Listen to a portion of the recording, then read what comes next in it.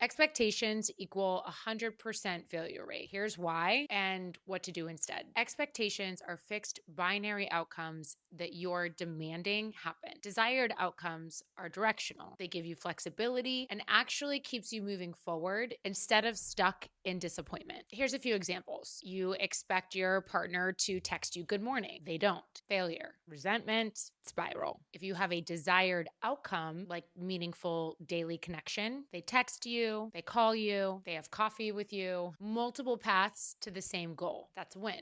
Here's a second example. You expect to nail a performance perfectly. One mistake happens and the entire thing feels like a complete failure. Desired outcome, not an expectation, grow as a performer and connect with your audience. That mistake becomes part of the story, not the end of it. And here's the interesting thing on a psychological scale. Your brain is wired to recognize when expectations are not met. It's a threat response, but desired outcomes activate approach motivation instead. You're moving forward towards something, not defending against failure. That's neurologically different and way more resilient. So stop setting expectations and start creating desired outcomes that you'd like to have happen instead. Because again, expectations means that you are defending against failure. And failure's good. Desired outcomes brings a lot of flexibility on how to maneuver around what actually happens, which ultimately is a healthier place for you to live in and a healthier place for the people around you to live in. So here's what I want you to do this week. Audit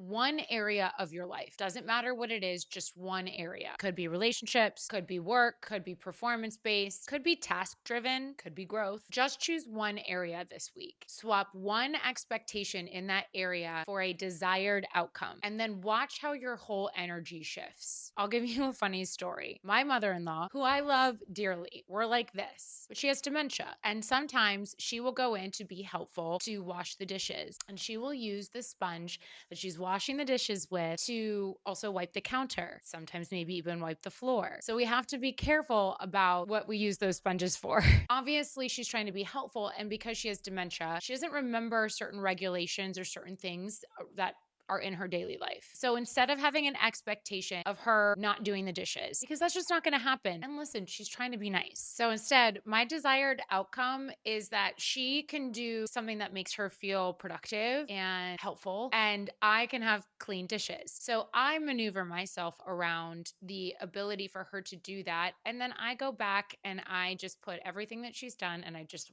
throw those bad boys in the dishwasher. At the end of the day, she feels good for helping, and I feel like my dishes are clean and that we can have a really close, copacetic, beautiful, flourishing relationship where I'm not frustrated because I am like using a dish that's dirty. Desired outcomes is something that you should be locking into, not having expectations, because when you have expectations, you are setting yourself up for failure and you're setting up people around you for failure. And none of those things are good outcomes. Set your one thing this week for a desired outcome, not an expectation. See how that works for you. Not only for the outcome of what you're doing, but also the outcome of like your internal peace. Good luck.